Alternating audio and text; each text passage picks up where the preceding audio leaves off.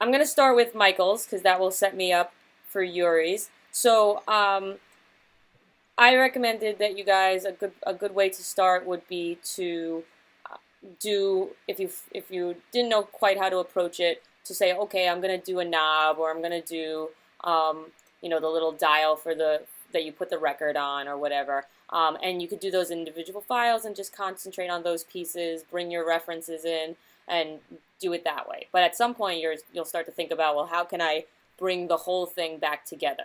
So when you're ready to do that, when you're ready to say, okay, I'm ready to start putting pieces together, you'll want to basically make a main file that you'll be dealing with the proportions of your objects in and how you're going to organize them. So I'm going to switch to my 4 view, and I'm going to import the two files. I'm going to go to display, and by display I mean option.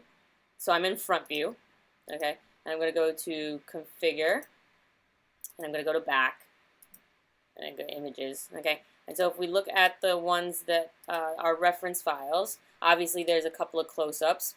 For the main file, I would use, to help me sort of organize it, I would use this in the top view, okay, because that way, the great thing about this view is it is literally a top view. There's not much perspective, extra perspective to it. It's pretty good.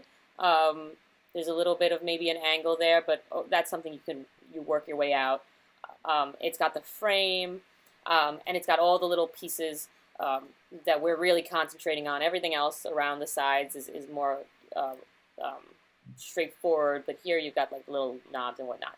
So the great thing about the top view is you can drop the top view in, and then you'll be able to determine the size of the record itself, the frame. Then you'll be able to sort of guesstimate you can see here that you have the top of the knobs.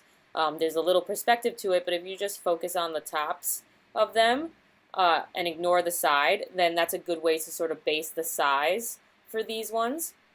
So I'm going to bring that in my top view, and then I'm also going to bring, there's this one. I think this one is probably the best one. Let's see, this one's got a little bit, either one of these. I think I would go with this one because it's a little bit more frontal, whereas this one's got, it's going towards 3/4. So I'm going to bring this one in. So I'm going to say open and put that in there. And then I'm going to go to my top view and put the other one I just pointed out to you guys. So go there to configure, back, and I'm going to grab that full top view. Okay, so now I have the top view and I have a front view that I can start trying to match my elements to. So first thing I'm going to do is I'm going to make this a little bit more transparent so it's easier to see. Same thing with this one. Okay, and to get this started, I'm just going to drop a cube in there really quick, just so you could see what it would look like as I try to match this. Okay, so using this top view and this side view, you should be able to start matching your elements that you're creating. Now, before you get too invested in that, you do have to make sure that your references sort of match up. So this one you're using for the top, this one you're really using for the side. You're probably not using this one as much. It's probably going to be this one that you use more for placement and whatnot, but you do want to make sure they're the same size. And if the references are not the same size, then you're going to be constantly going back and forth and adjusting and not figuring out why. So I'm going to go to this cube. I'm just going to roughly place it. Okay, and if you see here, I'll zoom in so it's a little easier. You see, I'm going to roughly place it so that I'm creating the gray body of the record player. I can see, so now I've got the width matched up here to where the wood edge starts, and then I'm pulling the top up here a little bit, and now I'm going to move it. So now I've got the height, and I've got the width. Grabbed the wrong tool there. Try that again. Okay, I've got the height and I've got the width from the side view. Okay, so now if all goes well, then when you go and look in here, you'll expect them to be the same size, and you'll see that they're not. Okay, Now you could resize it here, but as soon as you resize it in your top view, then when you go to your side view, you'll see that it is now too long again. So you don't want to go back and forth and keep doing that. You just need to change the size of one of those references. So you can decide which one you, since maybe I did the height and the width here, I could resize the top view. I just need to resize it so that it matches up. So if I know that this is the width now, I can see that this is the width up here and it's too short for the reference. So I'm just going to make this reference a little shorter. So I'm going to go to my top view and go to Options, Configure, okay? And we have down here size, okay, X and Y. So I'm just going to adjust the X here. Let me zoom in. Wow. Just going to adjust the X so that that matches up. Okay? And now that it's proportionate, as long as you don't check this button off, keep aspect ratio, as long as you keep that checked on, then when you adjust either the X or the Y, it's gonna keep them linked together. So you don't have to worry about deforming your reference, which obviously would be really bad. So here now, I just made the X is 749, okay, and it's a little bit shorter now, and the width meets the two wooden edges there on the side of the casing.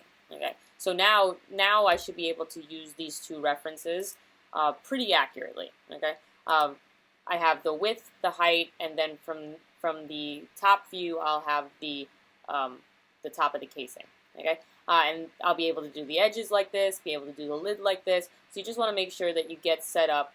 I think it's good to have a reference in here in the first place as opposed to doing it sort of eyeballing it. So, I mean, it's your choice what you want to do, but I think that's probably the best approach is to at least get something in there that you can work with, even if you're just like checking it every once in a while, but I think it's good to have that in there. But you first, if you're going to do it this way, you first are going to need to match it up, okay? So I'm going to go here and just dim this a little. I'm going to do 748. I think it's a little bit on the edge there. 746. Oh, now it's too long. All right, I'll keep it at 748. Okay, and I'm going to make this dimmer.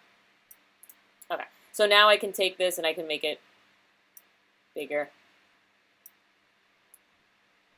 Okay, so now I've got the depth here.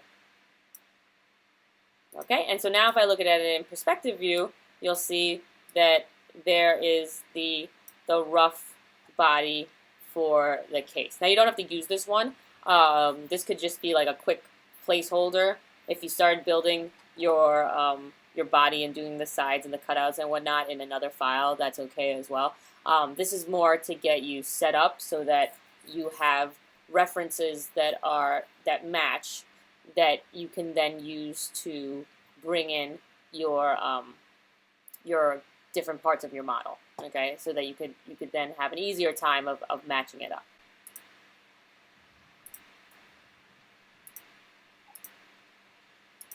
Okay, say I had one of these knobs. All right, I'm going to bring this into my top view.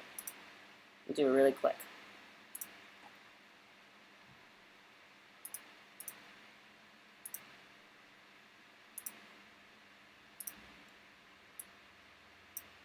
Okay, so I'm just going to do this one really quick. And again, just because I do it this way doesn't mean you have to do it this way. But I'm going to do a quick loft.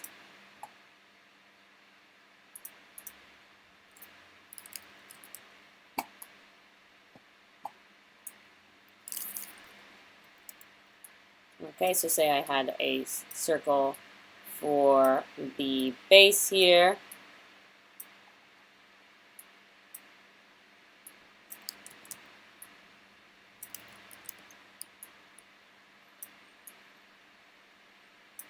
Okay, and then I'm going to copy paste that and scale it for that top.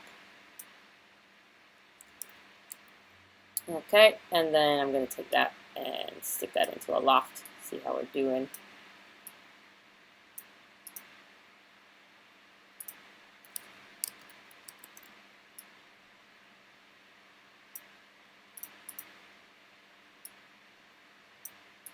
Okay, now again, I'm gonna do it really quick and really rough, so I'm not gonna go and spend too much time on that. But I'm at least gonna stick 3 in here because it does have 3 parts. It has like that bottom edge, so at least it kind of look like what we want it to look like. So let's see how that goes. Now it doesn't have the proper edges or anything like that, but at least it's roughly got what I'm looking for. Put in the subdivision surface. Too much. Alright, we'll leave it alone. It'll just be ugly. Alright, so I've got my a loft here. Okay, now what I would suggest is, if I'm going to bring different objects into the other file to work on them, then what I would do is, just to keep everything organized, I would say even if you already have it in an object, like I already have it in a loft, I would say go and put it into a null anyway, just so you'll be able to name it and you'll know that all the parts of it are in there together, and it'll be easier for you to see once you are in your main file where everything is. So I'm just going to say group objects. Okay, so again, and that's the same thing as if you go here and you get a null object, but if you do that, you have to drag your object into it. Okay, if you're over here and you just select the object and you go to object and you go group object, which is Alt-G, then you can click that, and then the whole thing will be dropped into a null. And then I could say, small knob 1, because there's a bunch of them. Okay, and there's the contents. So I've got the object that I can open and close for the null, which is going to serve as a group. And then inside there, I've got the loft with the circle spline. So if that's what I was going to use, or if I wanted to use the subdivision surface, whatever it might be, I've got them all together. So now I can copy, as weird as that's going to say, I go select it, I go Command C, and then I go over to my other file, and I do Command V. Okay, and there you see it, paste it right in there. It's going to paste it wherever it is in your other file. So, that being said, it might be worthwhile to reset the position, scale, rotation of the null object. I mean, mine's already zeroed out, so that doesn't work, but if you are moving it, and you can see that your values here, like if you have numbers here, then you could move it and it will reset it to 0, 0, 0. But in my case, I created the object and I was matching it to the reference, so the null is going to be located and have these zeroed out, because that's where I created it when I did the group. I did the group objects. The loft should be a different story. So, if you're able to move it, that might be a quick way. If not, wherever it's located in here, if it's not located at 0, 0, which you can see right here, there's 0, 0, so it's definitely not located there. So just know when you paste it into the other file, it's gonna, you see that? If you just watch my right view, it's located in the exact same spot. Okay, from 0, 0, 0. So the exact same spot, and it is the exact same size, so it keeps all of that. So when it comes in here, my record player, the center of my record player based off the references is at 0, 0, 0. The knob is not, so I'm going to have to move it, but that's why I brought the references in, so that I could move this and match it wherever I want it to go. So I can move this now. Now you can see though, important to note is that for whatever reason, my axis is at 0, 0, okay, for the null object, but the object's all the way over here. So if this is a problem, if this is an issue for you where they're not together, so basically you're offsetting the the object. If you're trying to move it, you have to pull your marker over here for the axis. You have to pull this, but it's not, you have to offset it from where the object actually is. You can move the axis, okay? But I want to note that you have to make sure that you turn this option back off, or you're going to constantly be moving the axis and not the object. So it might cause more trouble. But I think if they're disconnected like this, it's worthwhile to put them back together, because this is a little bit of a pain when they're not attached to each other. So to move an axis, you go over here. This one here, it says this is enable axis modifications. Okay. So again, once you turn this on, be careful about it, because if you forget to turn it back off, then you're not actually going to use the axis the normal way you're working.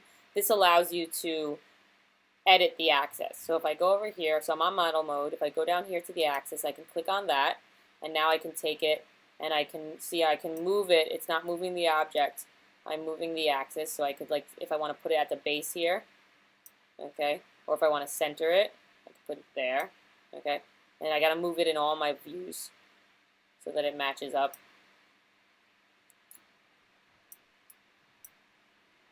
Okay, and I'm just going to put it where I need to put it, where it looks like it will work. Okay, so I'm putting it in the center-ish of the object, center from the side view. So once you have moved your axis and you feel like it's in the right place, then you must turn this off. Okay? If you don't turn that off, then when you try to move it or scale it or whatever, you're just going to grab the axis and start editing it. Okay? So you can definitely adjust your axis, but you want to make sure that, like, it's a one-time thing. You do your adjustment and then you switch it off, because if not, it's going to make more trouble for you later. Okay, so now I've got my knob and my axis back together. It's too big, so I can go over here to my top view and I can scale the whole null with all the parts inside it and scale it down to match my reference. And again, you're going to have to eyeball it for some of these things. This is not going to be like 100%. You're just going to have to get it to like most of the way. But again, with this reference, you can sort of see the top view, and then you have a particular bit of the left side of the knob. So I can sort of determine what I'm going to use as my basis. If I use the top, then I'm going to ignore the side view. And so now I've got that in there, and I can come down to this view, and I can see that the other knobs are sticking out there. So I know that the base is down there. I know that the top of the cube is here. So now I can just sort of pull that up and get it to at least be sitting on the top of the casing. Okay, I don't want to move it here. I don't care where the knobs are located in this view, really, because if I'm using this top view for placement, I don't want to grab this and then move it over because it's going to undo this one. Okay, so keep that in mind. Okay, so now I've got my whoops, not that bad. Now, if you do that, if you accidentally move your view, you have to come over here and go View, Undo View. Okay, Command Z doesn't work on the View button. Okay, so undo view. Okay, and now I've got my knob. It's the correct size, and now I can copy paste, and I can move that down and copy, because there's no reason for you to do 3 different ones. These are all the same button. So once you do one, then you could have all 3. Okay, same thing with the other buttons. All right, and there you are, and there you got the start of your arrangement going on.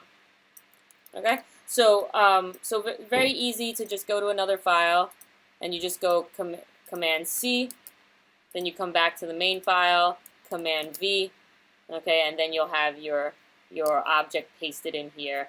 Again, I recommend putting it in null. Name it before you move it, so that when you come over here, there's no confusion, because when you have a bunch of these little pieces in here, and they're all named like, you know, loft and extrude and lathe and cube, 1, 2, 3, 4, 5, 6, then you're going to lose track of what's what. And if you're trying to resize stuff, that can become very frustrating. So if this is the way you're working, you have your pieces that you're making, have them in the new file, do what you need to, make sure you save that file, and then you can copy and paste from that file you're working in, paste it into a file that's going to be your main file, and make sure that you put it in a group, so that way it's easier for you to organize it once you're in here. Okay, and again, I recommend using the references to help you out. Again, there's going to be some you're going to need to improvise a little bit with placement, but this will get you most of the way, so you don't have to be like guessing 100%. Okay, so that would be my recommendation for moving different pieces between files. Okay, Michael, does that answer your question? Yeah, Great. yeah, that totally does.